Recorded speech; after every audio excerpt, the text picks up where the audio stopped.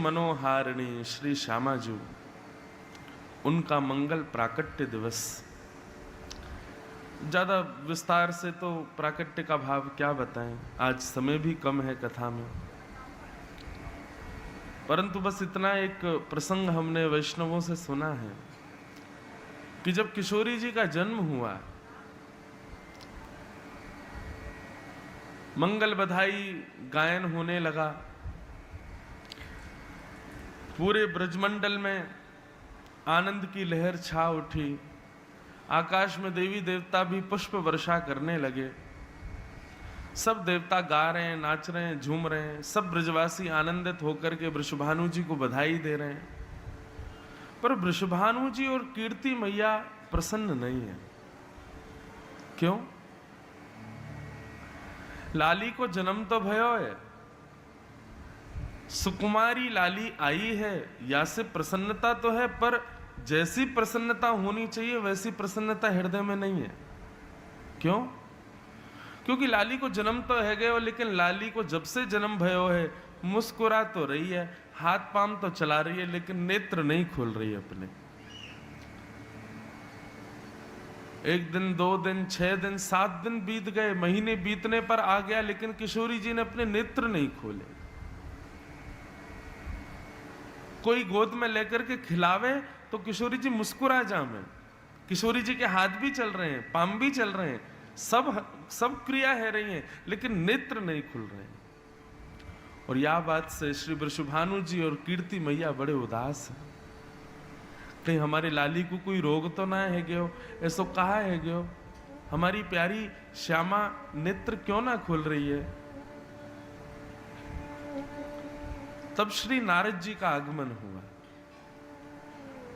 और नारद जी वृषभानु जी को बधाई दे रहे थे। बधाई हो वृषभानु जी, कोटि कोटि मोहिनियों को विमोहित करने वाली साक्षात कृष्णावतार से पूर्व साक्षात नारायण की आह्लादनी शक्ति आपके यहां पुत्री रूप में पधारी है।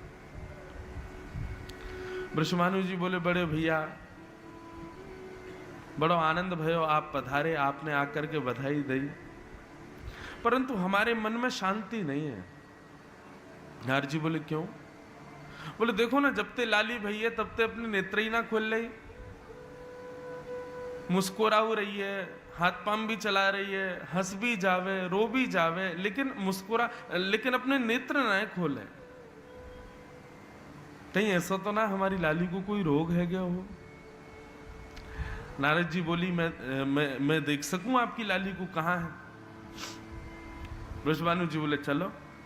जैसे अंतःपुर में लेकर के गए, स्वर्ण जटित पालना, चारों तरफ दास दासियां खड़ी हैं, और जैसे ही पालना में झांक करके देखियो, कृष्ण मनोहारिणी श्री वृषभानु सुता, अत्यंत सुकोमला, कमल जैसे अंग हैं जिनके, कमल जैसे नेत्र हैं जिनके, 6-7 दिन के बालक का रूप अनुभव में नहीं आता, लेकिन किशोरी जी के रूप को देख करके मानो नारद जी अपनी सुध बुध भूल गए हो कि मैं कौन हूं।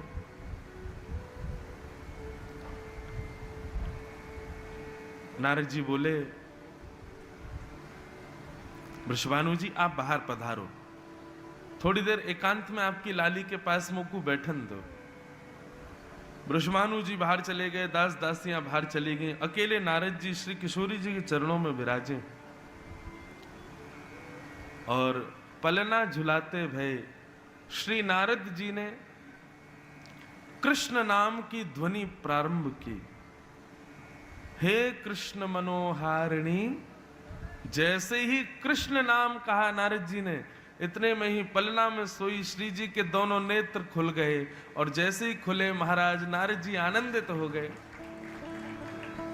कृष्ण कृष्ण कृष्ण कह करके नारद जी चारों तरफ नाचने लगे, वीणा वादन करने लगे, और 7-8 दिन की नन्ही सी किशोरी जी अपने पलना में बैठ गई और करताल बजाने लगी। कृष्ण नाम सुनकर के इतनी आनंदित हो गई, नारद जी नाचने लगे, कूदन लगे, उत्साह वर्धन करने लगे।